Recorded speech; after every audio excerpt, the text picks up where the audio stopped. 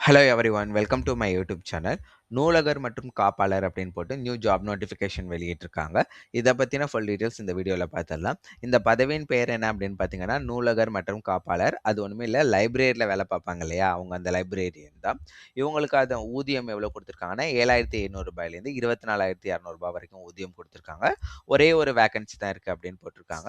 இதுக்கு யார் வேணாலும் அப்ளை பண்ணலாம். இது வந்து பொது போட்டி, இதுக்கு எந்த ஒரு முன்னுரிமையுமே கிடையாது அப்படின்னு சொல்லிட்டாங்க. ஸோ இந்த ஜாப் எந்த இடத்துல அப்படின்னு பார்த்தீங்கன்னா, ஈரோடு மாவட்டத்தில தீரன் சின்னமலை மணிமண்டபத்தில இருக்கும் அப்படின்னு சொல்லியிருக்காங்க. இதுக்கான தகுதி என்ன அப்படின்னு பார்த்தீங்கன்னா, 10ஆம் வகுப்பு கண்டிப்பா படிச்சிருக்கணும். இன்னொன்னு ஏதாச்சும் ஒரு காலேஜ்ல அந்த லைப்ரரி அண்ட் இன்ஃபர்மேஷன் சயின்ஸில் ஒரு சர்டிஃபிகேட் வாங்கியிருக்கணும் அப்படின்னு சொல்லியிருக்காங்க.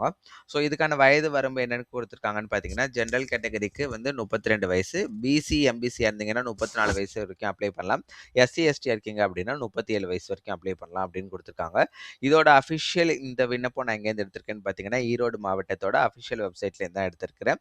23/2/2026 தான் வந்து இந்த அப்ளிகேஷன் சப்மிட் பண்ணுறதுக்கு கடைசி தேதி. இந்த அப்ளிகேஷன் ஃபார்ம் வந்து எந்த இடத்துல சப்மிட் பண்ணணும் அப்படிங்கிற டீட்டெயில்ஸுமே இந்த இடத்துல உங்களுக்கு சொல்லிட்டாங்க. ஸோ 3வது தளம் மாவட்ட ஆட்சியர் புதிய கட்டடம் ஈரோடு மாவட்டம் அப்படின்னு போட்டுட்டு நீங்கள் போஸ்ட்லேயே அனுப்பலாம், இல்லை நேராகவே போய் இந்த அப்ளிகேஷன் கொடுத்துட்டு வந்துடலாம். அப்ளிகேஷன் ஃபார்ம் எப்படி ஃபில் பண்ணுறதுன்னு கொடுத்துட்றேன். இந்த இடத்துல உங்களோட ஃபோட்டோ ஒட்டிடுங்க. இங்கே வந்து உங்களோட பேர் என்னவோ அந்த டீட்டெயில்ஸ் வந்து தமிழ் இங்கிலீஷ் 2 இதுலையுமே எழுதணும். ஸோ சர்டிஃபிகேட்டில் என்ன இருக்கோ அதுதான் இந்த இடத்துல மென்ஷன் பண்ணணும் அப்படின்னு கொடுத்துருக்காங்க.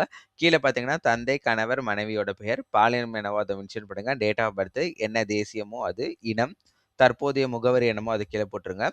நிரந்தர முகவரி என்னவோ அது அந்த இடத்துல போட்டுட்டு, கல்வி தகுதி என்ன படிச்சிருக்கீங்களோ அது. கீழே பார்த்தீங்க அப்படின்னா இணைப்புகள் என்னென்ன இருக்கோ அது எல்லாமே இங்கே இணைச்சிடணும் அப்படின்னு போட்டிருக்காங்க.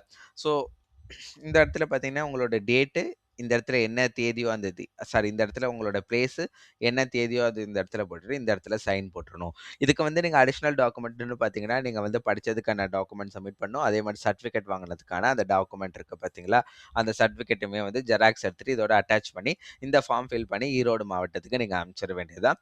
10ஆம் வகுப்பு தேர்ச்சி அது அப்படிங்கிறதுனால நீங்கள் 10th மார்க் ஷீட்டு, ஸோ அதுக்கு மேலே 12th காலேஜ் மார்க் ஷீட்டை கொடுத்துட்டு வச்சுருந்தீங்கன்னா அது எல்லாமே இணைச்சு அனுப்பணும். அது என்னென்ன டாக்குமெண்ட் அப்படிங்கிறதும் இங்கே கொடுத்துட்டாங்க.